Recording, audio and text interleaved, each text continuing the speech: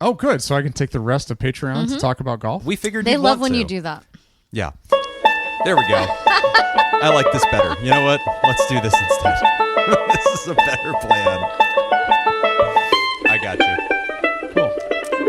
From fabulous Las Vegas, Nevada, this is Pod Therapy. Real people, real problems, and real What do you think you therapists. got? You I can don't submit sound your like questions anonymously at podtherapy.net or email us at podtherapyguys@gmail.com. And now broadcasting from Jim's a Cuck Studios. That's Jim. That's Whitney. I'm Nick. It's time for some Pod Therapy. Wow. I submitted that one. Wow. Did you Is pay that your a real 20 one? bucks? You didn't get that. Did you? You just made that. Jim sent me the script. Yeah, you Oh, can I don't see- have this. I haven't looked. I've- Oh, yeah. no. I made that one up. Yeah. Okay. Well, it was so smooth and Did a very great job. plausible Yeah. that it's always very possible. I was that like, was I the- missed Then somebody that in the sent script. in Jim's a Cuck Studios. It's always very possible. If you did sponsor the studio name, we're a little behind this week. We did not have a lot of prep. Jim put together the script, and I don't have access to the names for good reason. I think we've all agreed that it's for the best that Yeah. I don't know. Boy, I'll tell you, many people refer to me. Nick was absent last week Boo. from the show. Wait, no, Nick No, was it was absent. Whitney. Whitney was absent. Whitney I was was absent like, last week. wow, it's just the two of sorry, you? It felt Nick like just Nick walked wasn't in. here. Nick just walked in. They Whitney not, was we're absent like from the show same last person, week. Nick, basically. You know. So Whitney, did you listen to the show from last I week? did not. I always do, and I Okay, did not okay, this that's time.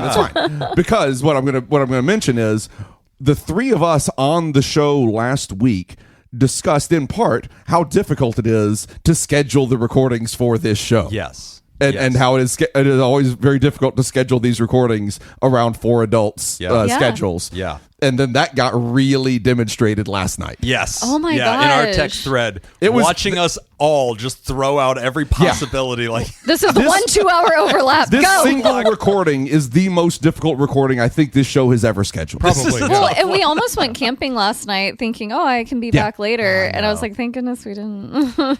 yeah. It's a hard thing to pull together. And, you know, it changes. Maybe can't Jim will believe it works screenshot out that and every put it week. up in the Discord. I will not. Oh my gosh. Or that section of the text thread. That's all. Nick and I had a conversation. I know, about that's why I'm saying it out 8.5 loud. years ago. And where you I hear me saying it out promised loud. never to do it again. Wait, I This gotta is one of hear that. the closest our friendships have ever come to an end. No, because moments. so basically I texted him something and Right. he posted it to the social media. Yes. Yeah. And then so I texted him back. I said, hey, just so you know, Yeah. if what you're going to post or anything I text you could possibly end up on social media, it's going to change how we communicate. Yep. And that was a then he's very like, fair okay. thing. Jim And said no. I cried for a while. About a week later, I came back. I brought him chocolates and a very serious endowment of money, and I apologized, and now we're okay. Which started the Nick Tangeman Scholarship The Fund. Nick Tangeman Scholarship Fund for youth to learn golf. That's right. For inner city youth. for inner city youth That's not what it's to learn being about used balls. And you know, all I really do is send them golf clubs. Like that's the entire thing. no. He sends the pictures of golf clubs. These are the new clubs I bought for myself. yeah. That's what, He sends them selfies of here's himself a- holding golf clubs. Here's a video of how to use them. so we had, I'm glad we were able to squeeze this in. So the round of golf today was planned a while ago because my buddy Ed, who Whitney knows, is back in town. Aw. And so Ed is back in town. because Ed's in town, then Mark came back into town. So Ed's from Oh, Tennessee. wow, the whole Mark gang's is back back. together. Yeah. I was Mark's- wondering, I was like, why isn't Nick working Yeah. on his house? Mark's from California, and so we have Was we Ed scheduled, coming from Tennessee? Is he in Yeah. Tennessee? Okay. Yeah. Okay. And It's so the only we- 10 I see. We scheduled a round today, and we got one tomorrow too. So Nice. as of right now, I'm up. So I'm doing pretty good as far as money goes. All right. As long as I don't shit the bed Do you, tomorrow. do you guys play like ball for ball, or do you have to get graded on a curve because you're better? So we had a lot of side games going today. Oh my Okay. gosh. Okay. So right Gambling now, golf, Nick. Yeah. Okay. I I feel love like- gambling golf. Okay. Right now, do you bet in just dollar amounts, or do you have like units that you bet everything in? Well, we had both today. Good. So we were playing two different games. We were playing cart versus cart. Okay. So it was Ed and Jack versus me and Mark. And so we were playing best ball. So whoever in our team, whoever had the best score is the team score. Okay, got it. Okay. So then we were playing money for front, back, and total. So we had that Front, game back, going on. damn. And then we were playing Wolf on top of that. What's Wolf? Wolf is so much fun. So basically, you've got 4 guys, and you tee off in order. Okay. So if it's the 4 of us playing, and it tees off as, let's say you start, Jim. So it's Jim, Whitney. His name is Jacob. His name, and then me. And then since I'm the last to play, His name's Nick. you guys We tee already off.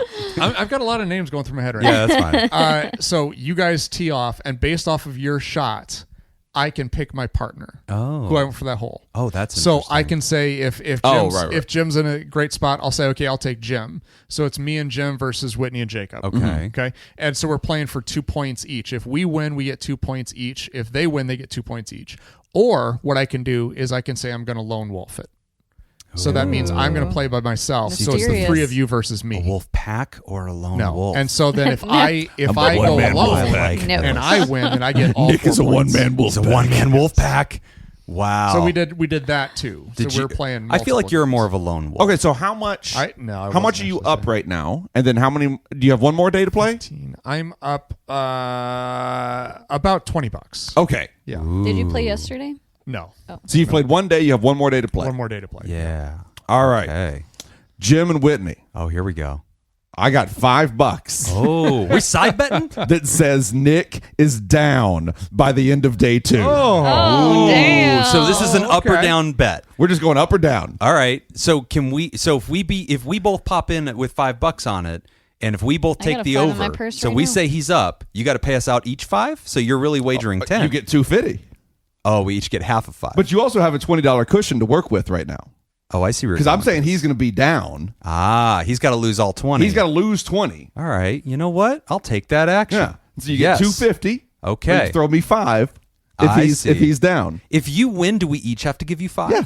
But we can only stand to win $250. That's right. I don't know how gambling That's works. why you I have don't the either. cushion. I'm just like, give me the money I want. That's why you have the cushion. You have the $20 cushion. Whitney, are we being scammed? So you're buying. Probably, I think you're buying so. the extra points. Where are the me. points? Who are we buying? text That's Peter why really I know. I'm quick. like, hurry. Run all this by Peter. Say that one more time. Anyway, it's going to be great next week when Nick comes in and he's like, I was down. Oh, man. Oh no. I'm feeling good. Yeah, I Oh, I believe, know you I are, believe and in he's Nick. definitely going to be down. That's why I think you're. That's why I want think the you're gonna under. crash. I'm feeling, I also You're agree feeling- that he will Jacob's be like, feeling I way know too this. good right now. I It's know coming how down. this goes. Well, This shit's coming back. If we take either side of this, I'm going to be texting him when I know he's playing. So if I'm taking the side that he can do it, I'm sending motivational quotes. I'm like, just relax, buddy. You've got this. Hang in there, posters. Hang in there, in there. posters. Yeah, just rooting for him. Well, if you enjoy gambling with the Pod Therapy team, you should know that March Madness is coming up really it. soon. Oh, it is, isn't it?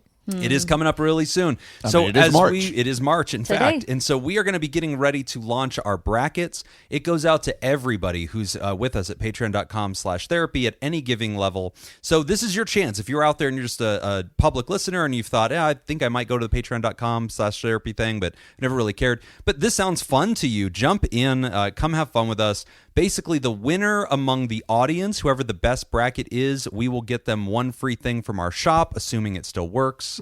This is all something Nick will have to back up, but I'm going to promise. I bet something can be sent to We them can figure it regardless. We'll send something to We'll you. get you something for free. You'll win something. We can And probably then- There's send you an something about ICS cookies. t-shirt. There's yeah, something we about could. cookies. Yeah, you will get something. It may or may not be associated with this podcast. Before It may Nick- be something we find around the house. Maybe a fez. I was going to say, there's something about cookies earlier. I think Nick. Yeah. missed out We'll on we'll that. do the yoga cookie. Oh.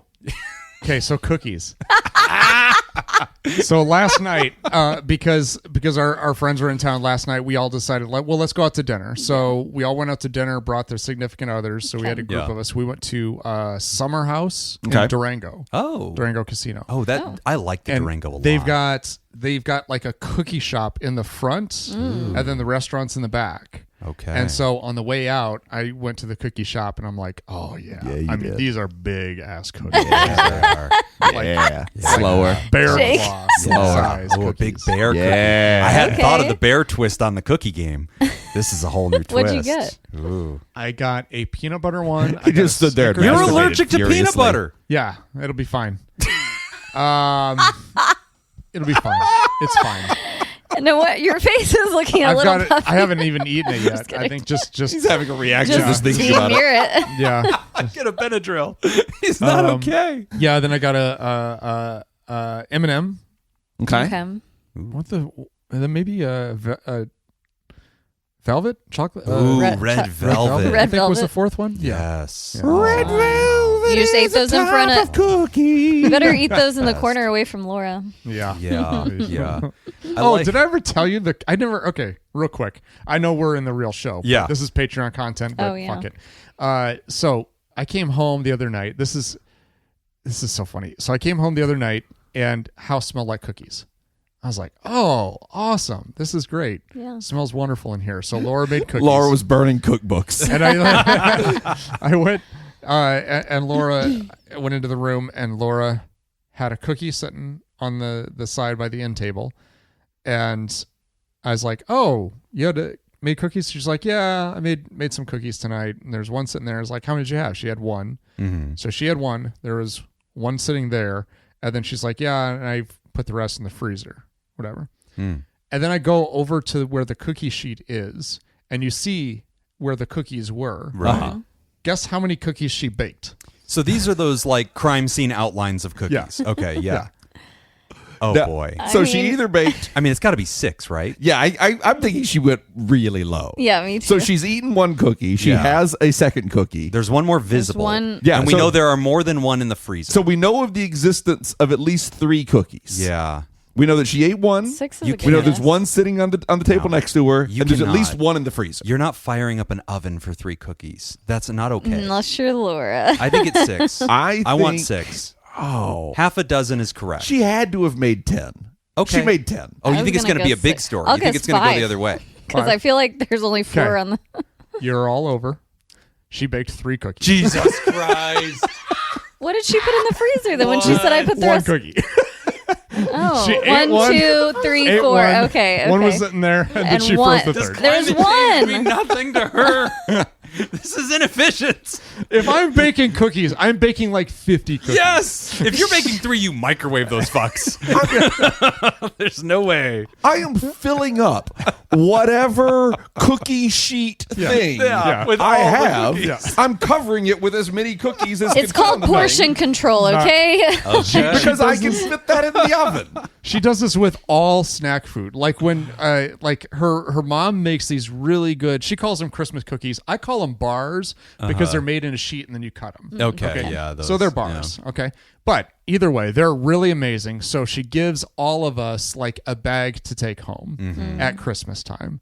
Mine are usually gone by January 10th. Okay. Laura will still be eating hers in August. Oh boy. God. She'll just How eat do 'em people just do little that? bits at a Nick, time. that's not safe. That's not how I do live it. my Stop life. her. I cannot. I don't think that's okay. That's how you I get don't have botulism right there. I mean, cookies are not Yeah. honey. They go bad.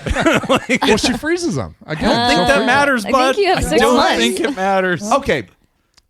None of you are asking the correct question. We're also going to need to restart the show, I think. No, we're not. No, this is the show. None of you are asking the correct question. Why did she make the 3rd cookie at all? Yeah. I don't Why know. That's a good even make question. the 3rd cookie? Why make the 3rd cookie? I mean, don't did she know. really like it frozen, or was she intending on you eating the 3rd cookie? Yeah, why didn't she leave you too?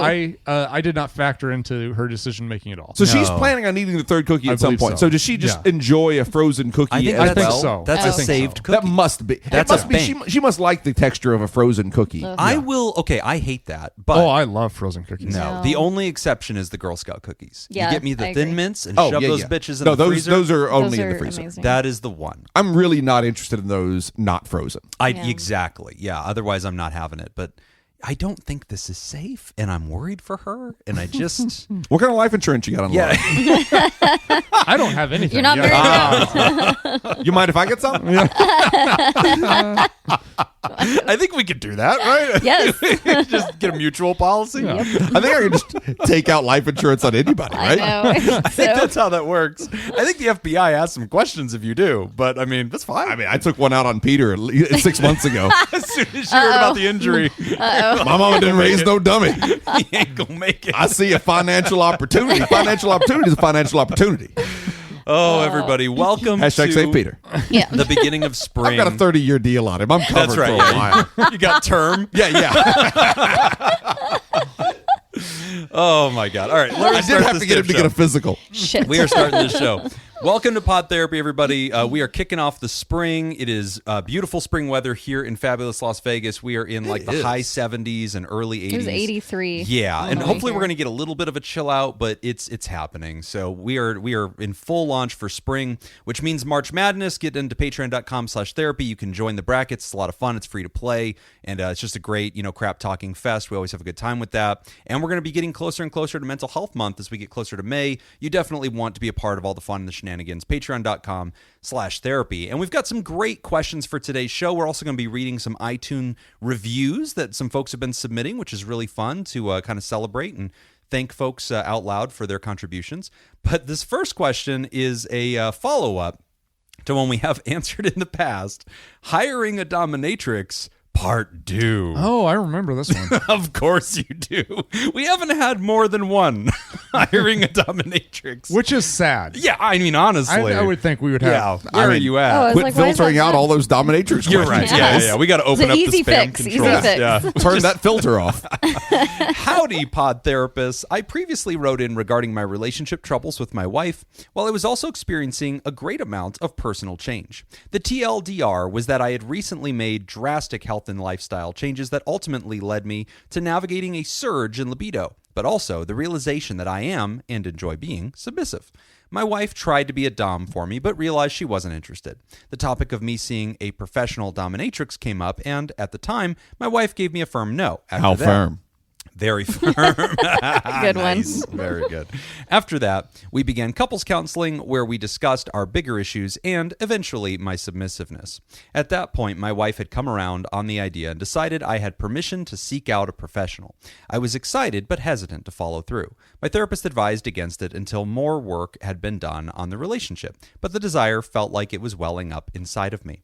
Around December, after This is why people don't like therapists right there. yeah, because we tell them no. Advising against going to a professional dom. What a buzzkill. Come on. Well, honestly, though, I think that's the therapist just trying to carve out a little bit more work for herself. I think so. I think that's what that is. Like, well, you don't want to go see another professional. Like, You don't want somebody to just fix you. you're not going to have HIPAA, protection with the dom. Whereas with me, you do. That's the law.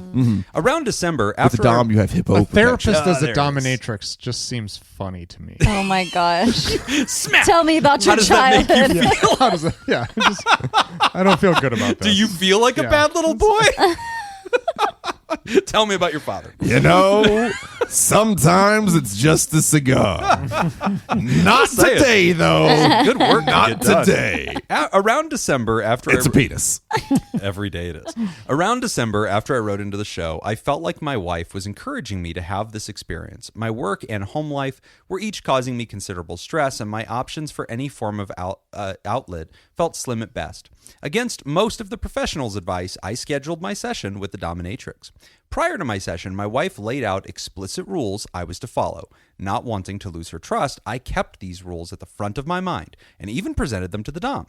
The day finally came. Ooh, it's like dom on dom at that point. Ooh, yeah, two people telling you what to do. The day finally came and I had my session.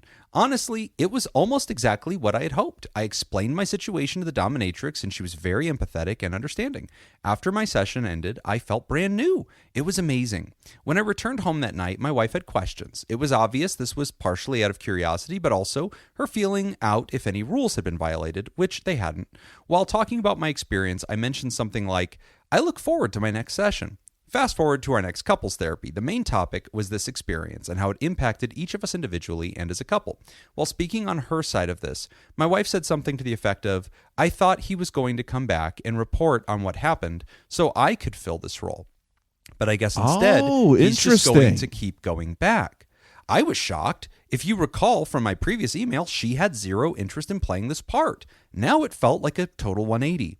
I wish I could say I was ecstatic, but that's not the case. When my wife initially told me she couldn't fill this role, it crushed me a little inside, but I accepted her decision. From that point on, I didn't see this as something I could or wanted to do with her any longer.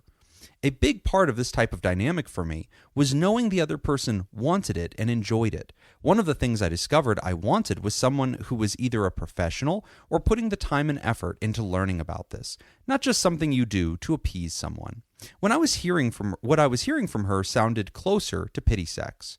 Now I find myself in this situation where my wife seems to have expected me to come back to her for those needs, but I don't have a desire to fulfill them with her after her initial disinterest. To be honest, it makes me feel guilty. In most other aspects, our relationship is doing way better now, but this sits on my mind a lot. So, my question to y'all. How do I get over this feeling that I can't or don't want to have this type of intimate relationship with my wife after her initial rejection? Is it wrong that I don't see myself participating in these activities with her after she told me she couldn't? Thanks for any input. Y'all are the best. Sincerely, Anon E. Moose. Oh, man. Okay.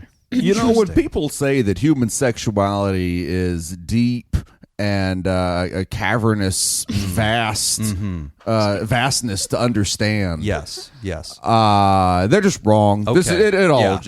boils Very down. simple. Yeah, it's A lot- super simple. It's more Very simple than you simple. wanted. Oh, yeah. Yikes. Yeah. I remember this initial letter, and that would be really difficult to get over initially, just like Anon Moose said. But I wonder, do you think it's impossible? Like, do you think there's room for maybe the wife, she's expressing like a change of perspective, or yeah, the motivation like- thing for Anonymous is interesting, where he's saying like, Yeah. it wasn't just the behavior that I was craving. It wasn't just let's do this action in this Right. room. Yeah. It was I get into knowing that the person is driven into this, that they are They're self-directed, in. self-motivated. 100%. They're bought in as well. That's interesting. I can appreciate that. I I like can see that. why that's a big part of this, and knowing that your I imagine you have to partner- be so vulnerable to even put yourself Yeah. in that position. And I can yeah. appreciate that for Anonymous. It's like, hey, I already know this isn't your jam. I appreciate your willingness to like perform this, but it's not the ritual that I crave. It's the sensation. enthusiasm Yeah, like from the the whole partner. thing. Yeah, knowing where the motivation of the other person. Is there so Nick, in your experience as a dom, Yes. is it okay for wife to join? Can she be? Is there a cuck chair in the dominatrix lifestyle for the wife to be a part of this? Sure. I think Okay. I anything's don't- possible. I mean, I Go on, I Nick. totally. Yeah. Okay. I don't even know where to go with that. I was like, Nick's like, from your Midwest perspective, This is- all Yeah, the doms that yeah, from exist my out Midwest there. perspective. This is the traditional part of the show where I would jump in and bail Nick out on this. No. Nick, I would like you to answer this question. I'm blushing. I don't know. Like, I totally get like the writer's perspective too. Of like, you don't want somebody to be like, oh, all right, I'll do this. Like, it does really take the fun and the enjoyment out of it. You want like both partners to be excited about it. And I think, yeah, I mean, from the writer's perspective, it's like, well, Nick is still I physically uncomfortable. I just want you all to know that. Yeah, gosh. Lots of head rubbing. Is it hot in here? Self-soothing. Self-soothing. It's really hot in here. Just eye can't sit contact. still. Yeah. His legs are just moving under him. Now I'm subconscious about it. Fuck, I don't know what I was saying. No. So anyway, I think there's still room for wife to get back involved. Okay. If I'm the writer, I'm like, oh, okay. I kind of wrote it off. I just assumed this was not your thing and you just didn't want anything to do with it. But now it sounds like you're kind of expressing some interest. Yeah. Hey, I'd say write it out and see maybe if you know, Writing crop, but go on. right. See if maybe she's into it, and we can try it again. So I actually really like what you just said, because when you look into like sexual styles, I don't know that we have this hammered out the way we have like relational styles, where we have like attach and like, you know, avoidant and things like that. But there really is a sexual style which I think informally is referred to as like reciprocative. And so like they won't often initiate, they're not necessarily desiring. But if you initiate, they will be excited for that and they will reciprocate and they will meet you where you're at. In translating that concept into this, I could see a world where wife tried this herself, didn't know how to do it, was overthinking it. And because she was having to put so much mental exertion into navigating this and knowing what to do for her partner the whole time, she couldn't get into it. Yeah. Right? Like, I can't enjoy this. I'm sitting here trying to perform for you and get it right because you asked me for this. But if you go see a professional and you come back and go, here's exactly how it is done, here's the roadmap, then maybe that gives wife permission to say, okay, cool. Now I can like try this again and like do this in this way that I don't have to think as hard. And maybe now, because I get to be a part of it in this way that I'm not necessarily leading it, I can discover the zeal for this. I can like tap into that. So the fact that wife wants to try it again, I agree with you, Nick. I think you got to give that another shot and see if she develops her own flavor for this. I think the silver lining here is that like she hasn't given up on it. Yeah. Yeah, that's true. It's like, if She's somebody still trying to asks- explore and meet a need in Right, whatever way If- she can. Yeah, and she's like, I really care about this person. I want to give them what they need or what they really desire. I just don't know where to start. Yeah. And so if I get some ideas, because like, I mean, honestly, if I was put in this position where I was going to be dominance, Yeah. I don't know as if I know where to start either. Right. Like, Right. I think I would just fake it and hopefully something works. Yeah. But Right. if I was taught how to do it, Yeah. then I think it'd be, I would probably sit there and I would scratch my head and I would rub my Shuffle legs my a lot feet a little bit. and I would hope that someone would come along and explain to me what no. exactly I was supposed to be doing. I mean, I could be demanding, but then I'd just be like, please, Please. if it's okay. No, but I really If agree you're with okay you. my with it. toes. I think that the please. nature of being a dom is this sense of like you are totally in control of the situation, and usually what submissives like is that the dom is getting what they want, that the dom likes this, the dom Yeah. is making you do things for their benefit, and the sub is completely powerless and they're contributing to the pleasure of the dom. But if you know the dom isn't truly into this and they don't really dig it, like even performatively they're just not that into it, then it does take away for the sub, like any of that connection. But I agree with you, though. You need to go to like dom training. And you know Yeah. what's crazy is here in Las Vegas, we have the Erotic Heritage Museum. No. There used to be the ABCs of BDSM class where couples would go. Really? Oh, that's yes, cool. and they would break into different cohorts where they would have dom training and sub training, and they would go through this so that they could explore this for themselves. They I even think had I like know my engagement gift. To... there you go. That's right. Get the wedding gift, guys. We're ready. Yeah, but no, they even had like a ropes course and stuff where like they would treat people how to like tie them up safely and like. But yeah, because they knew that there's a lot of people that think they'd be into this, but there was probably a really steep learning curve. Yeah. And the more confident you are as a dom, the more that you've done these things, that probably does give you more intellectual freedom to enjoy it. Oh. That's forgetting- probably a big deal. I think you're forgetting something though. Okay. The switch that Mr. Moose has for wifey doing this has already been turned off. Oh yeah. Yeah. This It's isn't like, can just you this reverse isn't just a that? matter of like, is she going to get into this? Yeah. Like, It's like compartmentalizing. yeah, kind of. he's already like it sounds like he's already through their conversations his kind of it sounds like she said no and he accepted that, Yeah.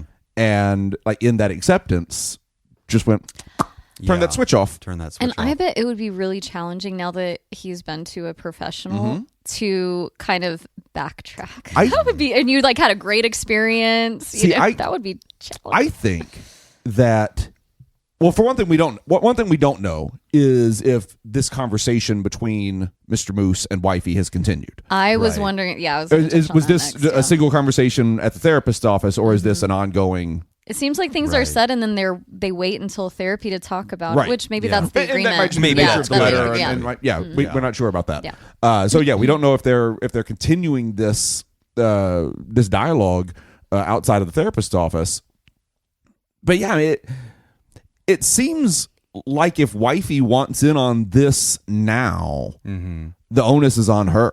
Can I push on that a little bit? Go ahead. So, once upon a time, Anonymous was expressing his desire to experience this, and wife was accommodating, though she was in a position of saying, I don't think I'm feeling it organically. Yeah. But I'll walk with you and see if it catches. Now, a little bit shoe on the other foot, where now wifey is saying, I would like another shot at this. Anonymous is saying, I think it was Anonymous. Yeah, Anonymous. Anonymous is saying, The switch is maybe flipped more into the off position now. So the roles are, I think, a little bit reversed. And now I think you almost owe her the same request you once had, that she would step up despite not organically feeling it. Yeah. Now I kind of want Anonymous to step up despite the switch being off. And try it. Let's try. Yeah. Interesting. I like it. I like that move. And I do want to say something that I don't think any of us got a chance to yet. I'm so grateful that they are in couples therapy. Yes. I love that this is happening with a support Sounds like guide. a lot of progress is happening. Yes, that's huge. And that they're having a really honest conversation, that Anonymous says, like, look, our relationship's really good, actually. Like, we're doing really good in all areas. And look at us. We're being super transparent, super conversational here, very open-minded. We are trying new things. And I really thought the letter was going to say, I went back to wife, and wife, like, fell into tears. And like now there's a brokenness, and I feel like I got duped. That's what I was expecting. I was expecting that. I thought it was going to be, I was given permission. I only did what I was told I was allowed to do. I followed all the rules, and now she's got a trauma wound, and like, what do I do? Nope. You went the other way with it, where she's like, this is tittillating to me. Yeah. I want to be dealt back into the game. So Anonymous, I think you got to find a way to do that. That's so interesting. You're getting that from that letter. I'm not worried. getting titillating from the wife at all. I wasn't I'm either. getting like. Well, someone else is meeting a need willingness. now, and I kind of want She's saying, to not be replaced. Like, I'll give this another shot. I want the job. I don't want somebody else to have the job. Or at least I think I want the job. I might want the job. I think you got to let I her want to try have the again. option to have the job. I'd really rather you not want somebody to do this job at all. I know I was joking about the cuck chair thing, but like, I wonder if we can say, great, how about we do another session? And why don't you come this time and experience this? Well, I came last time. Yeah, there it is. Why don't you attend with me this time? Oh, please attend it. And maybe even sit with the Dom, and we pay extra for you to like get a little bit of coaching beforehand, and then the two of you do this together. I was going to mention when you mentioned couples therapy, Anonymous, that you have already brought a second professional into this. Yeah. Who I bet has, or I'm not even going to say that solidly. The Dom professional that you've already brought into this may have experience in this type of thing. Good point. And that might be someone that you might want to have part of this conversation with. I like it. You said that you really liked the Dom. You said the experience there and they was were was great. empathetic. They were respectful. That's the only reason I'm even saying this out loud. Yeah. Is like, that might, depending, you're the person who knows this person. Sure. We don't know this person at all. So use your own judgment. But that might be a person who might be part of this conversation and might be a valuable part of this conversation. Step one, I would talk to wife and ask, what do you think about us doing a tutorial session with this person where they help us close the gap on what we're missing, and then we take it away from them when we try to do this at home? I wouldn't offer that service from the Dom to the wife, right? Without finding out if that's a thing that exists first. Yeah. These have to be closely timed. You're right. Yes. Yeah, we got to get kind of both sides, but I would defer to check with wife first and ask, is that something you want me to ask about? Yeah, that's fair. Yep, good. Mm-hmm. Okay, good. We're all on the same side on this. Yeah. Great job. I mean, alternatively, Woo, I'll throw out the same thing that we threw out last time, which is that we on this podcast can probably handle this. Yeah. If you just want to schedule time to come out to Vegas. Patreon.com/therapy. I think we we could have a pretty good out. habit of meeting with their producers. If you're in town and we know you're in town and we can get together, we'll go out and meet None for of us drinks. is a dominatrix, but give us time. We'll take the class. We'll figure it out. Yeah. I think we'll be all right. You can learn anything on YouTube. I mean, it's true. If nothing else, Nick is a pleaser. Yeah. I am. That's right. and if what pleases you is a dominatrix, I mean, he's gonna get there. He's not going to say no. Yeah, He can't. At no Can't point say no. is Nick Yeah, gonna say no. Yeah. We're going to figure it out. The man doesn't need a safe word. Look, the point is there's He's always... simply not going to use it. He's not going to use it. There's He's too always polite. a Patreon level. Okay, that's what we're trying to I say. don't want to offend anybody. Right. Permanent Anyway. damage, okay. Oh, Lord. Have you ever seen that scene from Brooklyn Nine-Nine where the guy's like, I am A-OK with cutting, burning, and biting. Pulling hair is on the table. Have you ever seen that? No. And they're like, Jesus, is there anything you won't do? And he's like, oh, wow, you want to do some really sick shit. Okay. Anyway, Anonymous, good Kissing. luck. Not on the mouth. And anyway, Anonymous, we love hearing this letter, I think, because I'm really inspired that you're talking about something that is your personal sexuality.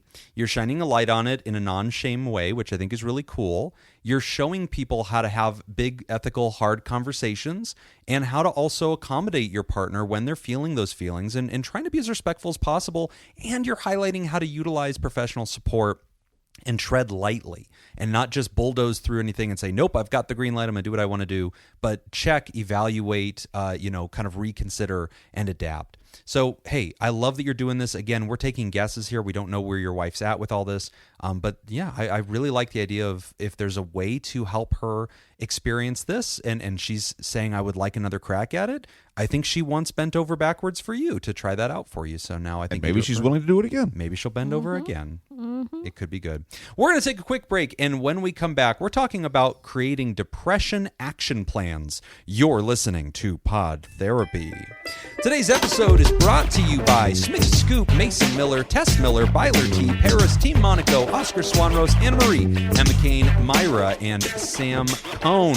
Would you like to sponsor a show? Become a Theraproducer at patreon.com/therapy. Well, boys and girls, I've got some really good trivia for you today. I'm pretty excited for it. I was watching a Disney movie, as I am off to do. Yep, I told you. In the pre-show, I said I think Whitney's got a good shot. We'll see. So I was watching Disney, notably without my children. They are now at the age where they just kind of Does go that off. surprise anybody in this room? Yeah, No. So like on a Friday night, they're just going to go do their own thing. I assumed and his kids weren't there. we order pizza, they'll eat, and then they kind of go back to whatever they were doing. And I just put on Disney movies now and just kind of watch what I want to watch. But as I was watching Which Disney movies are too scary for you? most are. Anything I know made it's before not- the 2000s. Yeah. I know it's not zero. Yeah, it's not zero. Anytime the music's getting really exciting, I usually have to walk out of the room. That's where I go get myself a nice, glass of cold water, come back, find out, who got the girl. It's usually the good guy. So anyway, as I was watching this, it occurred to me, if I just described this plot line objectively, I'll bet it would confuse people, and I'll bet you my friends couldn't guess what it is. So I have got plots of Jacob's very a secret popular Disney Disney movies, person. worded differently. I've never been secret about I'm it. going to pick on you, and I'm going to give you a shot. There are no options. Okay. So when it's your turn, it's your question, and if you get it wrong, it passes to the next person. Everything's worth 1 point. Okay. Whitney, you're to my left. I'm starting you off first, and here is the plot that you have to name the Disney movie that goes with it. Here it is. An 11-year-old boy refuses to let a stranger in his home and is cursed to transform into a monster until he can seduce a woman into loving him before his 21st birthday. Got it. I mean, that's not Beauty and the Beast. Is that your answer? I guess so, yeah. Beauty. I'm like, it just seems too easy. I was like, is that maybe Which was the movie I was watching on Friday. And I almost said when you mentioned being scared, I'm like, it's the wolves in the woods and Beauty and the that Beast. scares It's like the shit out of literally me. what I was oh my about God. to joke They almost about. kill him. It was so I wish scary. I And the dad was in danger too. I know. The Beast is 11 years old? Yes. So when you watch the I movie, did not- they that do this threw whole me off a prologue little bit, too. where they use stained glass windows to tell the story of this prince who throws out the witch. The witch comes back as an enchantress. She turns him into a beast. Then in the song Be Our Guest, they say we haven't had anybody here in 10 years. And they reference 10 years over and over and over again. We have been cursed for 10 years. And in the prologue, they say Beast has to seduce or find a woman to fall in love with him by 21 years old. 21, and he's about the rose is falling apart literally in the story. No wonder he's so emotional. He's 21, and that means he was fucking 11 when this woman, a stranger, tried to come into the castle. He clearly has no parents, so he was an orphan 11-year-old ruling this castle. He doesn't let in a weird old lady, and she fucking curses him into making a woman fall in love with him. He's 11. I agree. what the fuck? Cursing children is rude. We are to Jacob, and right now Whitney's in the lead Yay. with 1. Jacob. Okay. Also Beauty and the Beast. Final Okay. answer. Well, they're all the same. So, Jacob, a 16-year-old mute girl falls in love with a male of another species and gets magical You know cosmetic this. surgery to seduce him in 48 hours. Well, I want to say the Princess and the Frog Okay. because Oh. that would be the most fun answer. But it is the Little Mermaid. Yeah. Indeed, it is The Little Mermaid, where Ariel, who is 16 and literate in the movie, she's clearly literate. She signs her name to the fucking contract with Ursula the Witch, but then when she gets on the beach, she doesn't know how to write words. Like, she could just grab a piece of paper and Well, explain she's the a whole human thing. now. She changed species. Maybe she loses literacy. Okay, you know what? I'll follow you on that. That's fair. We're over to Nick. Nick, Yes. I have a feeling you are the least likely to survive in this game. Did you know either of those? I knew The Little Mermaid. Okay. Oh, did you? Okay, Yeah. good. Good job, buddy. All right, I don't give you enough credit. Nick, a charismatic party boy lures children from their beds to his mysterious island, where other children engage with adults in an endless physical back and forth. Anchorman. No. Peter Pan. Yes! Nice. Oh, well done. I was well like, Peter Pan. done. Damn, guys. Also, Pinocchio. Ooh, good okay, one. yeah. Wow. This could Well be either. Are done. there I was like, either that description also works for Pinocchio. Well, I'm like, read the description done. again. Is it Yeah, Pinocchio? that was excellent. Good job. Lures okay, children. everybody. Wow. You're doing Yeah, very it good. works for the Donkey Island Yeah. thing on Pinocchio. That is a does. creepy ass movie. That is oh a- my Oh, God. yeah. No, oh, it's the great. book is way worse. I recently got into the book, and it is horrific. Pinocchio kills Jiminy Cricket in the first act. It's pretty Really? bad. Yeah. Damn. Spoiler. I know. Oh shit. Sorry. Close your children's ears. Yeah. They might have. But the Not cricket known comes that. back to haunt him as a ghost. It is a whole ass Disney thing. really took liberties with Yes. that one. Yeah. Disney definitely polished that. Oh, one a little bit. the first the Little Mermaid. Yeah. Is Is rough too. yeah the Real real dark. story of the original story of the Little Mermaid is insane. Oh no. Yeah, I think it involves like the legs getting cut off and things like yes. that. Yeah. Okay. She, So like, no magic She song. doesn't end up with the guy. I don't know. Oh, There's- Not remember what all it was. Well. Oh, a bunch of those are crazy. Like I don't Sleeping give Beauty Disney is enough another one. credit. Like the original Sleeping Beauty. Oh yeah. Any of the Grimm brothers. Yeah. Oh or the- yeah, those were. Any of the ones that are based dark. on a Grimm fairy tale. Or like the is- Hans Christian Andersen Yeah. ones. I Yeah, think yeah, is yeah. another one. Yeah. Yeah, you're right. I don't give Disney enough credit. Even though I'm like describing these and like, what the fuck? It's like Disney's probably looking at me and be like, dude, you have no idea what we left on the We had to do a cutting room lot. floor. Oh, yeah. This was so airbrushed. Like, this was the little bit we could leave behind. We wrote it when we were high, and then we Yeah. came back the next morning and cleaned it up. yeah. This is the polished version. Next question: Depression action plan. If you think those 7 dwarves weren't up to some shit in the original, you don't even know. Hi, Pod Therapy people. I'm looking for some practical. he wasn't bashful. Oh Christ! Oh Christ! All right. Wow. Hi, Pod Therapy people. Sneezy. I'm looking. Jacob was waiting. I'm looking for some practical advice.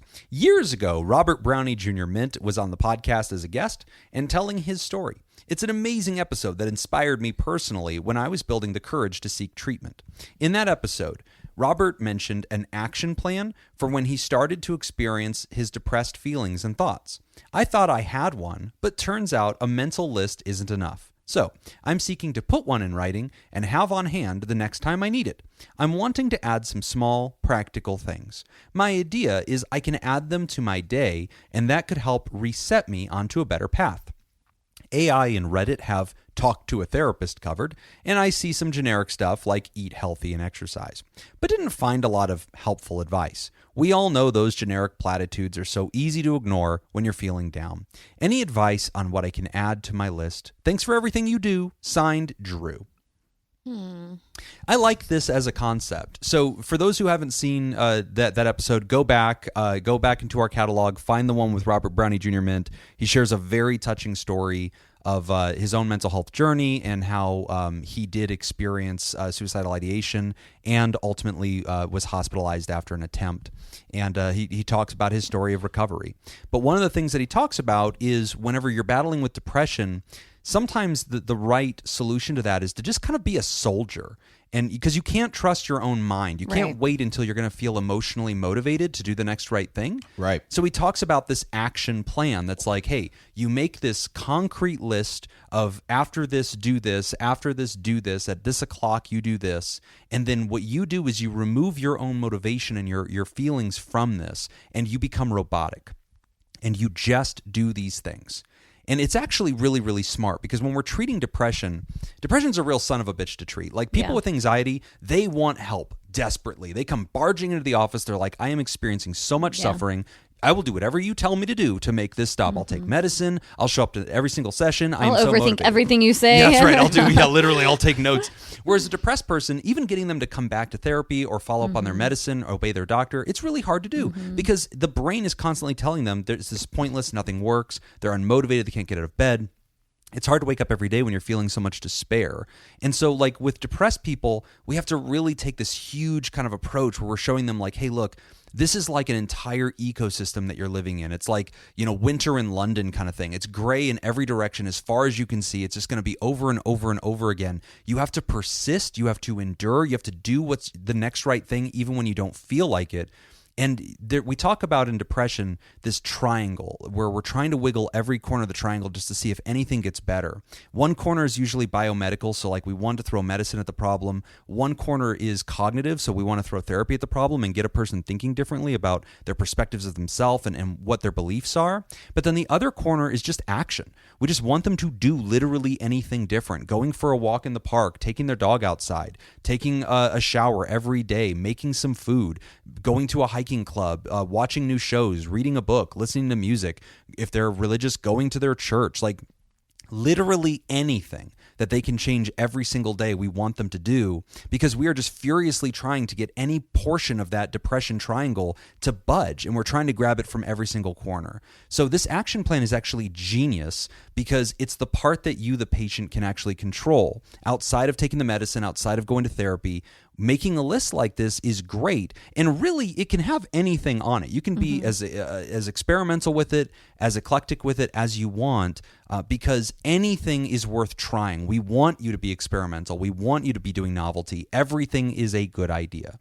So just kind of setting the stage for what this letter kind of is talking about. That's what we mean. That's what Robert meant by a depression action plan. It's very common in therapy that we try to help somebody draft that. And I guess this is a good question of, all right, so what would y'all be putting on this list to try to get somebody to stir the pot a little bit and get the blood flowing? Yeah. I wanted to say something that was helpful besides just creating a physical list, a different version of that. I had a client once that really benefited from adding to a calendar, but they were like, if something's on my calendar, I do it. So it depends on your personality type, but like, We also talked about this last week. Yeah, you did? Because I'm a calendar person. Yeah, like they would be like, if I put it on my, if I ask them to do something throughout, they'd be like, maybe I'll do it. But if it's on the calendar, getting done, I'll do it. Like, I need to work on my music. All right, I'll do it. Like, and they might do it for less time or whatever than they normally would when they're feeling better. But that was on the calendar every Thursday night at this time. Like, I'm doing it. So whether it's going on a walk or for them, it was like an interest they had and a hobby that, I mean, that's part of depression. You're like, I don't have interest in pursuing my hobbies. You can still engage in the hobby. So I think that's important too. If you have anything specific that normally you work on, like if you like knitting or something. I love the idea of an agenda. I love that because the timelessness that you get lost in with depression, having something that's like, okay, well, it's 9:00. Make Cheerios. It's 9:30. Wash the bowl. Feed yourself. Right. Yeah. It's 10:00. Turn on the Weather Channel and get caught up for 30 minutes. Like just that completely punctuated day. I think it allows the mind to like not get stuck in a spiral and always has like a new fresh thought that's being presented. I love that idea. Having to watch the Weather Channel, I think, would throw me into a spiral. Buddy, that is my morning.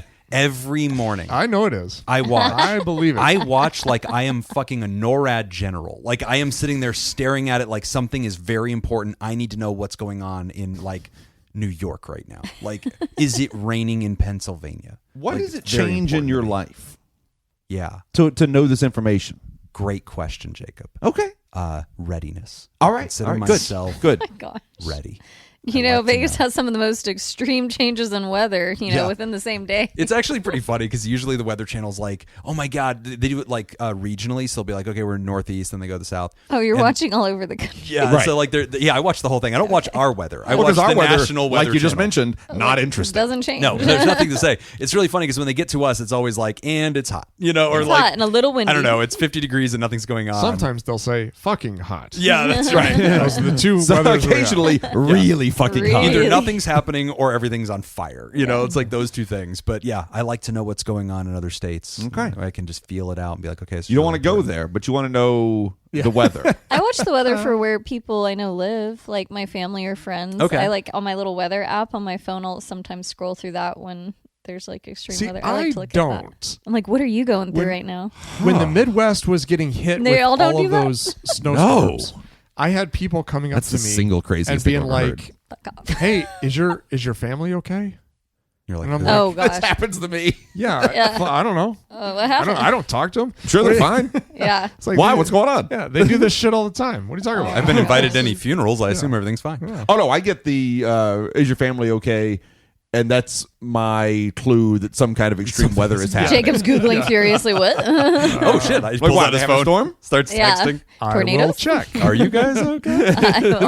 I open the news, I'm like, hurricanes. I'm like, oh, Oh yeah, that too. stand by. They're probably fine. Right? I think with the writer's question, I also like the idea of any kind of social event that you can put on your calendar. Yeah, big fan. Like, this is where I think it's nice to be a person in recovery, because you can always have like a meeting. And if you're in Las Vegas, there's at least one meeting happening every hour. Yep. 24 hours a day. Oh wow. So just having some place that you can go, like, you know what, not feeling great, I'm going to go find a meeting, go to a meeting. Even and if they have it's- social clubs with like pool halls and like snack bars and stuff. And like you could just stay there. Yeah. So anything in your neighborhood that you have that's just kind of like that, like a social club. Right.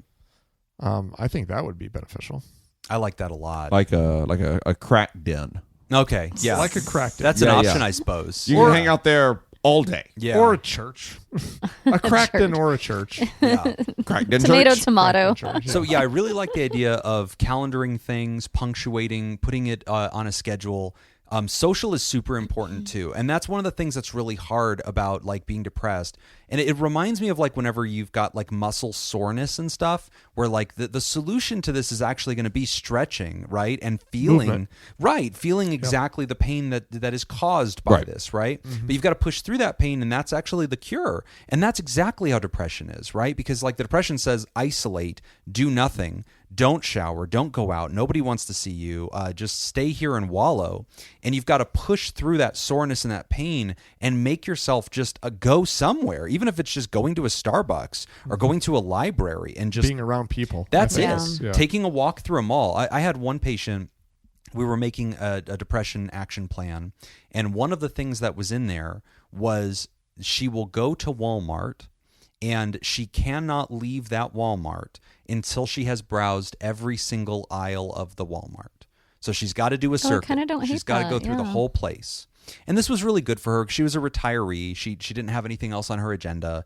And like when she'd go to Walmart, she would always be like, I don't want to go. But then she'd always leave with something. Yeah. And so like, and that actually spurred her a little bit because it was like, oh, they have this on sale or this is coming up or my granddaughter would like this or whatever. Or she'd go through food and be like, oh my God, this thing's on sale. I should make this kind of dinner. And by the time she would leave the Walmart, she just had experienced so many different fresh ideas and exposure to different things that it was really good. Plus it was like under fluorescent lighting. There's people around, you're walking, like there's an activity going on. So that was part of her action plan where we did that. I think every other day she had to do one full circuit through her Walmart. And she was like in a rural area. So it was like really hard to find like going to a hiking club or things like that. But there was a Walmart. And so we made use of that. It's always a Walmart. I agree. Walmart always makes its communities better. It always exists in the rural communities. So I like the idea of social stuff. Obviously the writer mentioned working out, which we have a couple of deep dives on depression in our library at patreon.com/therapy. And one of the things that we did a deep dive on is how the research is now showing us that strength training is as good or better than many of the medicines because it actually densifies your dendritic forest with serotonin. And that actually causes some of the same results that SSRIs, the typical medicine for that's depression. cool. It's tremendous. It also, exercise makes pharmacological medications more effective. Yes. Huge booster.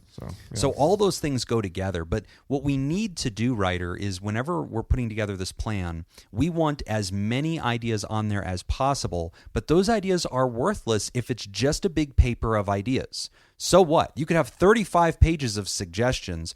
You need to have a mechanism of action. Yeah. And that's where Whitney's suggestion of the calendar is really important because once you've dialed in the calendar and it's done, then you make an agreement. You set an alarm on your phone, do this. whatever. Like I every... do it. I do not question it.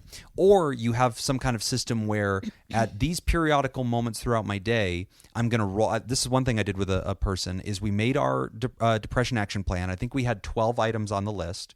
And then every morning she would roll a pair of dice. And whatever number she got, that was where she was going to go to the list and she was going to pick that thing. And even if she did that same thing yesterday, the universe has decided that she's meant to do it twice. Okay. So it was take my dogs to a park or it was go to this library, go to a different museum. And we had already done all the research and figured out all the places that she would go. And then she just militantly just did the next thing on the list as she was supposed to do. Yeah. So it's about designing a formula, designing a mechanism of action that triggers you without you getting a say in it, that you're just going to do it. And then you religiously do that every day. And yeah, you're going to be sad while you're doing it. Fuck it. Do it sad. Yeah. That's part of this. That's how you persist through depression. And if all three corners of that triangle are constantly being fiddled with, eventually, over time, depression starts to relent. Yeah. The ecosystem starts to change. Spring eventually arrives in London.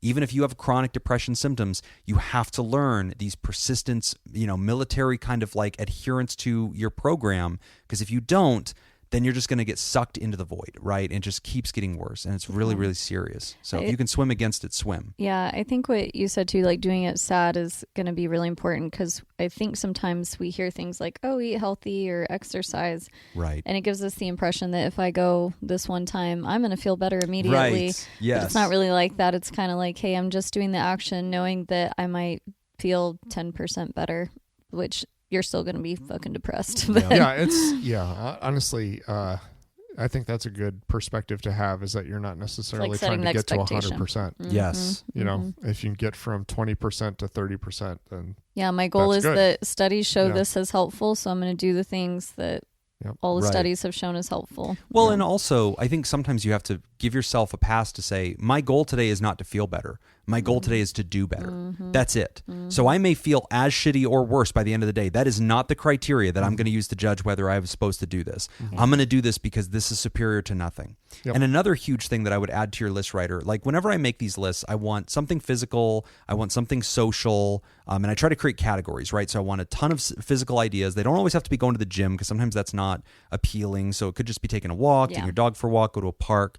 I want a category of social ideas. Another category that I want is service. I want you to find a way to be of service to others and take a commitment. Sign up at a soup kitchen. Sign up at a homeless shelter. Sign up at a dog foster agency or the pound to go wash the dogs and feed them, or do a quick poop scoop and wash out their cages while they move the dogs from A to B. Take a service commitment somewhere, because that is one of the things I've seen make the most difference for depressed people, is waking up and being like, I don't want to do this today, but like I feel like bad if I let those dogs down. Yeah. Or like there's somebody at that agency waiting for me. I'm supposed to show up today. I want to serve the soup kitchen, or I want to clean up trash. I'm supposed to go for that trash walk. Create a little responsibility. You need that. And like when you have that, it compels you to do it. And then at the end of the day, even if you're still sad, and even if you did it all sad, you did good in the world. And I think you can sit back and say, well, I'm still depressed, but I contributed today. And that goes a long way, especially if you're also struggling with something like a void of time, like you're unemployed, recently divorced, like you're used to have kids all the time, now your kids are half time in your life. Like situational depression really needs service as well.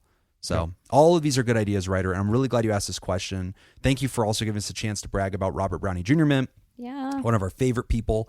If you heard last week's episode, the update that we got from his procedure is that the procedure went as well as it could have gone. And so now they are just kind of in their holding pattern, waiting to get feedback about, what the biopsy shows and what the next steps are going to be. And in last week's episode where Robert shared about, his testicular lump and getting the biopsy and getting the testicle removed, his story actually ended up inspiring like no less than 6 people on our Discord. We had people on the Discord sharing their own stories about that. Other people sharing that because they heard that, they started checking themselves. One person even scheduled a medical appointment based on what they learned. And so this was huge. So Robert continues to be a person who sets an example in our community, makes himself a person of study so that other people can learn and grow. And if you're not already with us at patreon.com/therapy, honestly, as little as $1, join the community, at least join the conversation, get to know guys like Robert, because they really are the best part of our show. He opted against the squeaky toy prosthetic, which I think was a mistake. The light up. Yeah. Too. Yeah. Light up would have been. Light up would have been really Yeah. cool. But he did go Bluetooth speaker, right? The Bluetooth speaker was the move. Also useful. I mean, you ever been in the dark and can't find something? Oh, and, right. The trying to pee. flashlight on your phone is so hard to get. If you could just pull down your pants. Right. Well, it's so annoying. Yeah, you clap on, clap off. Yeah, there you go. Well, it's so annoying whenever you go in the movie theater and It's so bright. it's so bright. It's everywhere. You know those guys that go to the movie theater, they're trying to find their seat at the show. They get there a few minutes late, Yeah. and then they use their phone light. That's obnoxious. They should just drop their pants, give it a quick In a squeeze. dark like a theater. gentleman. A gentleman, yeah, and just shuffle walk through the aisles until they find their seat. And then have a seat. You got it now. And maybe it should also go into a red hue. That would be nice. Doesn't sting the eyes as much. red light. Like those camping lights. That'd be really nice. You know, for years now, I've been shuttling people across this here dark hallway in the movie theater. The usher. It's the ball usher. You know, the secret to my success is I don't have to carry a flashlight. I have both hands free to do whatever I need to do with them because I have what I like to call my little pants lantern. I have my pants lantern. Yes. I just light that up Yes. and I shuttle people through the dark movie theater. Yep. Shame on you, Rob. Clearly a mistake. So anyway, get better soon, buddy. Thanks. It was blinding. We're going to take a quick break, and when we come back, we're answering this question: do I invite my ex to my wedding? You're listening to boy. Pod Therapy. Nick. Yikes. Today's episode is brought to you by submitted Smitty this Scoop, Mason Miller, Tess Miller, Byler T, Paris, Team Monaco, Oscar Swanrose, Hannah Marie, Emma Kane, Myra, and Sam Combe. Would you like to sponsor the show? Become a therapy producer at patreon.com/therapy. So when we last left, I think everybody got a point. I think all three of you did really, really good. Okay. Round 2, we're going back to Whitney. Whitney, an engineer builds a sentient artificial intelligence who is tricked into human trafficking and sent to Pleasure Island. Can Come you on, read it Whitney. again? iRobot. I was like, Wally. Wally! I'm just kidding. It's Wally. Read it again for me.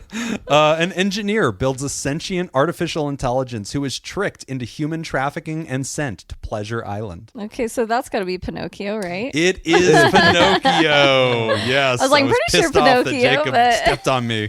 Yeah, he explained it. I'm like, oh yeah. I don't Jacob know got if in I there would have gotten early. that, to I'm be still honest. saying that other description was a better description of Pinocchio. All right. Another point to Whitney. We are Yes, over to thanks, Jacob. Jacob. Yep. Jacob got in there. He helped. All right, Jacob. A deformed youth is ruthlessly mocked and separated from his mother the Hunchback of Notre until Dame. his deformity earns profit at the circus.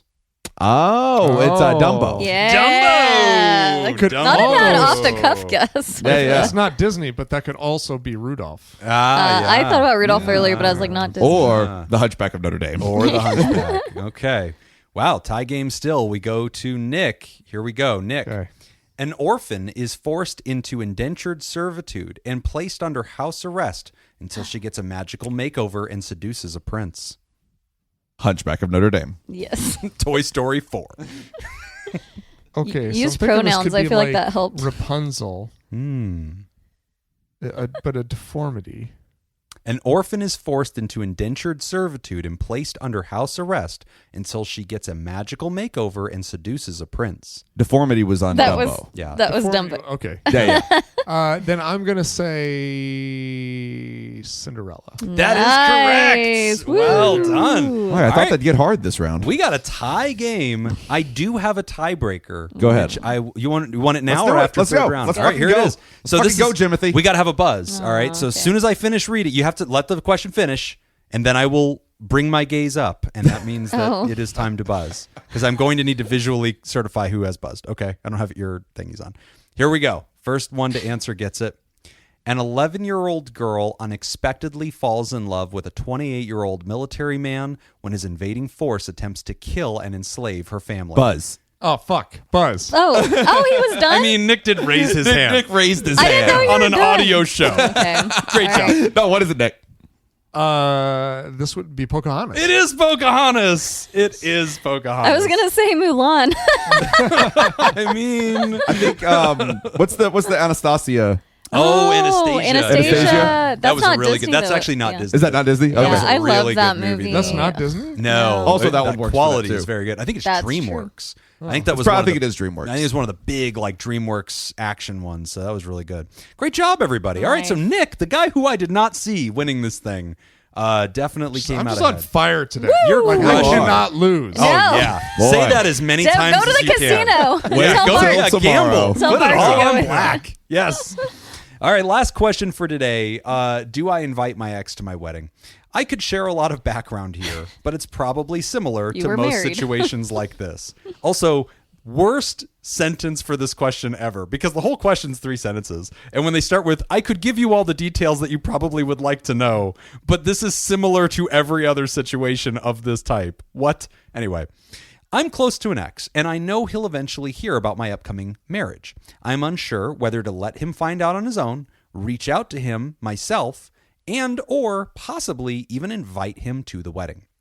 Can you walk me through the things I should be considering here, pros and cons, and whether this is a good idea? End of letter. Okay. You know, this isn't exactly the same, but I just had this discussion with my friend who got engaged recently. She wanted to invite a lot of mutual friends that were from her ex-husband.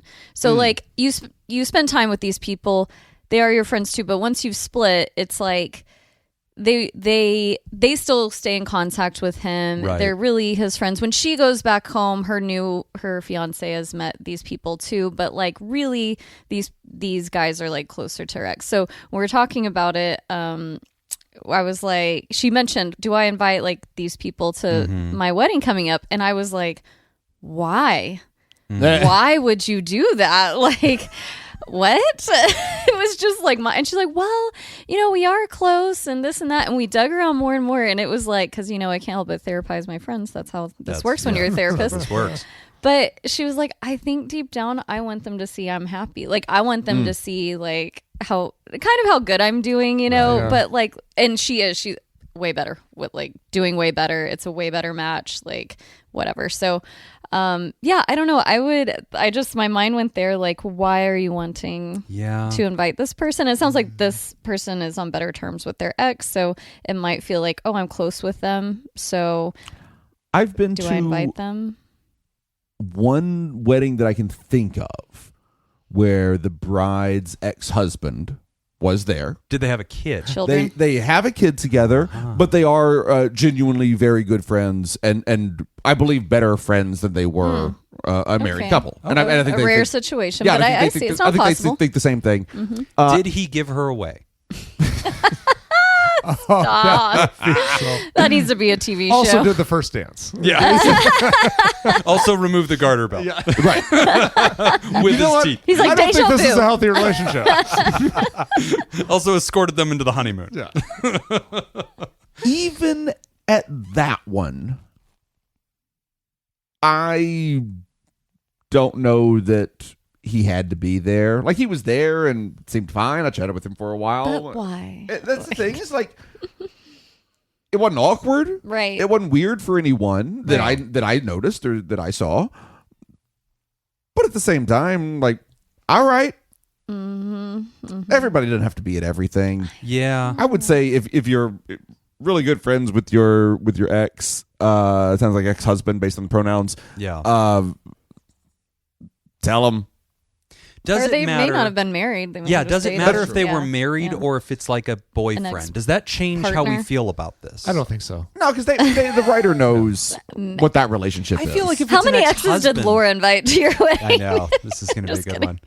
Yeah, I'm none that joking. I'm aware of. No, we literally had like 20 people at our wedding. It was the best because I was like, I All don't of whom want. were exes, right? You Yes, dated all of my them. exes were Jesus. there. Our family didn't Poor even Pete. come. Yeah, he's like, so wait, what? in All one these room. guys? St. Reverend Peter. Johnson? What? He's also officiating. He's really good at his job, babe. Okay. I'm just really attracted to spiritual authority. But no, because I'm like, I don't want anyone there that like, I Yeah. don't need that business at my wedding. I think the question actually that sticks out to me is like, should I tell him I'm getting married or let him find out on his own? Okay, so you take I think off the that's table, invite to the that's- wedding. No. We can have that conversation too. Got it. But I think that question speaks more to what's going on as far as the dynamics of the relationship. Say more. How so? Because Yeah. because the writer is basically acknowledging he's going to have some feelings about this. Mm-hmm. So the writer, maybe she doesn't have feelings for him in any kind of romantic way, Right. but knows that this is going to be upsetting to him to hear, which means that he has some sort of feelings about Interesting, this. yeah. And so does she tell him or let him find out on his own?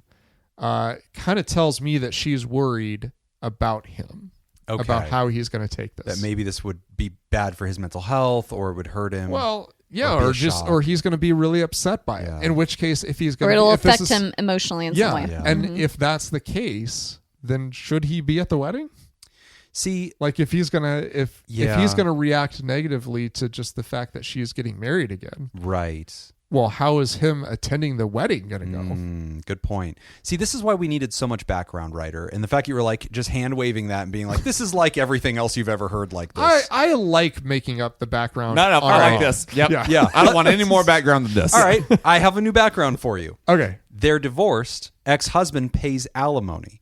Finding out that she's remarrying means he will no longer have to pay alimony. He is going to be thrilled about this. He should go to the wedding to confirm it actually happens so that moment they say I do, he hears his bank account just grow. Cha-ching. And this is a celebration for all. He even brings a gift. A tasteful toaster. This is the toaster that somebody gave us. This is our old toaster. Yes. So new Also, spin. if your ex does come to the wedding, the gift from the ex should definitely be something the two of you owned mutually. Oh my that would be God. fun. Oh, That's yes. hilarious. Yeah. Oh, by the way, here's my grandmother's necklace. Yeah. Oh no, I'm thinking like, here's our dog.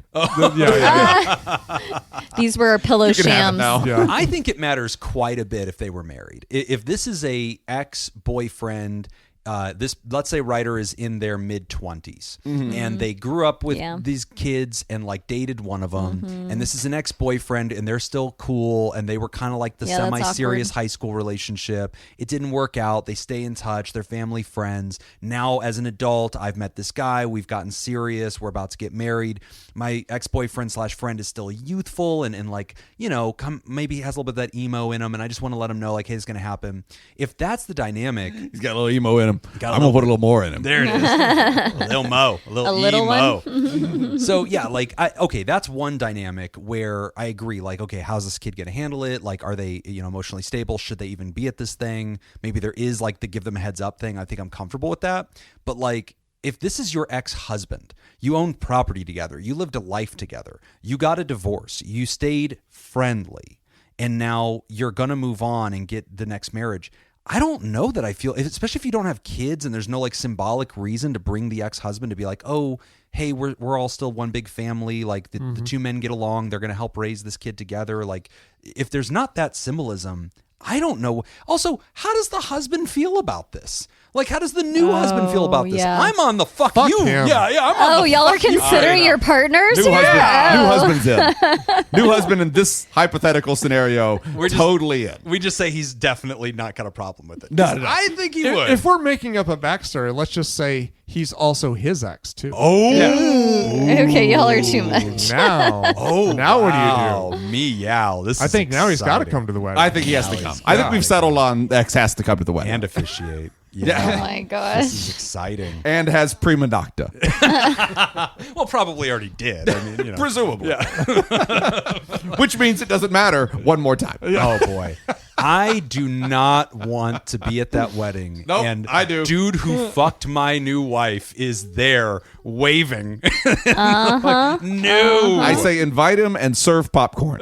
Oh no. Also, it's going to be a distraction, right? Like the families are going to see and be like, "Oh, you brought Larry." And it's like, "Yeah, we're friendly." And like, what are you doing? That's going to be the most know. interesting thing But I've happening. seen some families though where they wouldn't think anything of it. Yeah. Where they'd just Yeah. be like, "Oh yeah, this is family friend. We've all Joey, But again, yeah, this is why he's- context yeah. matters. If you grew up with this kid and he's like the boyfriend you had in high school and the family doesn't see him as a Yeah, I rival. don't feel like this is an ex-husband. So this seems like we dated we dated for a year. I Right. don't know. And we stayed close after. And it's like, now I'm getting married. It feels like we're friends who used to fuck maybe, and now it's like, do you come to my wedding? That's where I'm like, why do you want to invite and I think more importantly, what does my fiance think? Is X allowed to challenge current?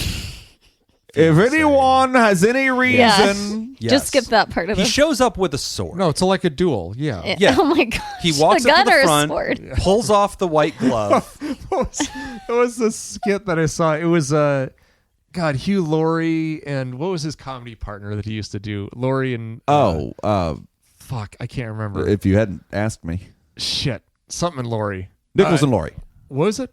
Wait, was it Mike Nichols? Now I can't think. No, it wasn't Mike Nichols. Anyway, there was a skit that they were doing where the two of them were gonna duel, and then the guy who was like officiating it, he's like, "All right, knife or gun," and then one of them's like, "Gun," and it's like, "Okay, then you get the knife." I was like, "Well, wait a minute! I thought we were." I remember this bit. The first guy says knife. The other guy says, "I'll take the gun, please." He goes, "Wait a minute! I thought we were agreeing." Stephen Fry. Stephen Fry, yes, that's what it was. Fry and Laurie. Yeah. I'll take the gun. Yeah. Okay. Well, if I'm at this wedding and there's not a duel, I'm comfortable. You want your money back? Honestly, yeah. I'm just I'm taking my blender home. I'm not leaving. You do not my get your blender. knife set. I am a fan of there is no positive reason to do this that serves you or your partner directly. It would only be charitable to the ex and in their best interest. And I just don't think that is a reasonable expectation for your ex to have, even if they are currently a friend. They should de facto know, I will not be attending the wedding. I am of the opposite opinion. I think it is charitable to the ex, and I believe in charity. Okay. Unlike Jim. So I believe that you should give to charity and Okay. invite your ex. Okay. All right. You turned that one around on me. Mm-hmm. I do also like the ex giving you away. Fucked up. As the last person who used this person, From now on, if you don't write in I will give them context, away. if you don't write in context, this is what happens. I think if she gets to bring an X, I think he does too. Ooh, clearly he gets to bring an X. touche. Oh, yes. Oh, and then you can try to make the exes fuck. Yes. You can spend the entire Y'all are wedding really going down a just rabbit trying hole. to make the exes fuck. Okay. Make each other's ex their best man. To And walk they can down bring the a aisle. plus one, Ooh, and that that's makes good. it Yeah. interesting. They're part of the wedding party? Yeah, Okay. yeah. It's This just a is wedding good. party of exes? Yeah. Thank you this for this is a one. great idea. So obviously this needs to be on pay-per-view. And like we will sponsor. Y'all Can we haven't watched sponsor the Tell Me wedding? Lies, I can Can this wedding be brought to you by Pod Therapy? Send us an invite. Anyway, all right. So Jacob and I have both given our final verdict on this. What is you two's final verdict on? Does the ex get the invite? No. I say no. I think I'm hearing yes. The nays have it. if we're worried about how well he's going to take it, then I think then he doesn't need to go. He has a history of taking it very well. He's going to take it. All right. Well, good luck with that one, Ryder. Can't wait to find out how this goes. Yes. Congratulations. Update us, please. Please live stream I this. don't need updates. I think I've Send got it all us figured out. The link. If you want somebody to officiate it, Context provided. there is a Patreon level for that. We're going to take a quick break, and when we come back, we are wrapping up the show. You are listening to Pod Therapy. Today's episode is brought to you by Smitty Scoop, Mason Miller, Tess Miller, Byler T, Paris, Team Monaco, Oscar Swanrose, Hannah Marie, Emma, Kane, Myra, and Sam Cohn. Would you like to sponsor our show? Become a therapy producer at patreon.com/therapy. Well, as we prepare to wrap up the show, we have some new iTunes 5-star reviews since November of 25. So we've When got are you going to some- read the 1 stars? We don't read those, and that's why there's no incentive to Because leave. What one star? is it because you can't make it through that? A, I'm time? going to cry. And B, I will not incentivize poor behavior. Okay? Put a 5 and I'll probably read it. Starting from the bottom here, we've got 5 stars. Nick, Jim, Whitney, and Jacob are awesome. The attributes the attributes of the show are informative and funny. It's a veritable reservoir of information. Pello. Hell. Just From Dread Rabbit 13.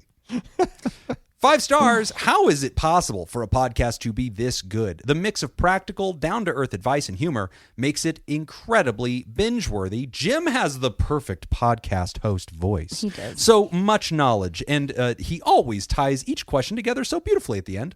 There is perfect chemistry between all the hosts from Starburst 999. Thank you. Starburst. Last review today, 5 stars. Great podcast, especially all the times when Jim opens his holy mouth. His voice is just the right volume for my ears, and everything he says makes me think he must have a doctorate at some point. 10 for 10, especially Jim. At some point. Signed AHS 19-year-old. Oh my She is a hot, God. supple 19-year-old. Fuck you. Fuck you. I love it. You know what you did.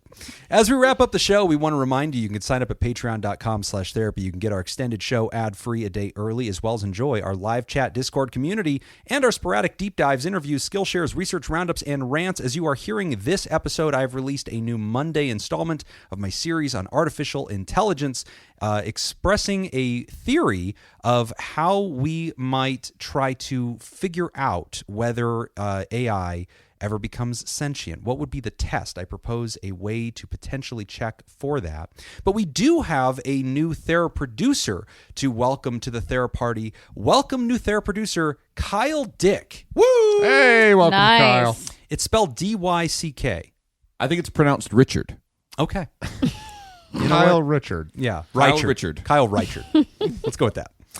We'd like to thank the benevolent, revered, generous, and flagrantly pro-therapy diehard who loves you all so much they give till it hurts, our partner Pickett. And we want to thank our bosses, the mysterious and shrouded Illuminati members of the fan club, our producers. Thank you, Jake Schneider, Myra, Robert Brownie Jr. Mint, Smitty Scoop, Richard fucking Macy, Judy Schneider, Malia, Leon Kassab, Carolyn Albert, Kevin Chamberlain, Tess Miller, Dan Martin, Sammy Scoop, Slurpy Kaye, motherfucker, Ben Stanley slapping your face, Sarah Smith, Adam Hathaway, Byler T, Mike Helm, Oscar Swanrose, Paris, a Sunny Boy, Darren Cunningham, Lib, Sandra McWaffle, Team Monaco, Thunder, Cougar, Falcon Scoop, Heyo, Hannah Marie, Andrew Langmead, Emma, Tonka, and Pony Soprano, Alina, Brady Malachek, Chick-fil-A, Gabriel Adame, Sean Sutherland, Max the Ginger Scoop, Chad Mag, Adam Warren, Inkla Prince, Sam Cohn, Be Gay, Do Crimes, Elio Dare, Not Kira Knightley, Amy Aardvark, and welcoming Kyle Reichard. Welcome, Kyle. If you'd like to hear Yeah, this you're gonna have to episode keep going. uncut and unedited, and why wouldn't you? and enjoy our spontaneous side projects, you can go to patreon.com/therapy, and thank you for supporting mental health. And that's all the time we got for this week's session. I want to thank our landlords, Jim is a Cuck Studios, and thanks to those of you who contributed to our show today. We really appreciate it. Remember, Pod Therapy isn't something to keep all to yourself. Share the episode with the world. Tag us on the socials when you do. It's at PodTherapyGuys on Instagram, Threads, and Twitter. It's /PodTherapy on Facebook. And don't forget about all the extra goodies at patreon.com/therapy. Do you want to submit a question to the show? like, Nick. Ask anonymously at www.podtherapy.net. Email us at podtherapyguys@gmail.com or click on this episode's description and you'll find a link to be taken to our anonymous Google form. I'm Jim. I'm Nick Tangerman. I'm Whitney. Line. Thanks. We'll see you for your appointment next week. There he Where's is. Nick? Goodbye, everybody. Bye.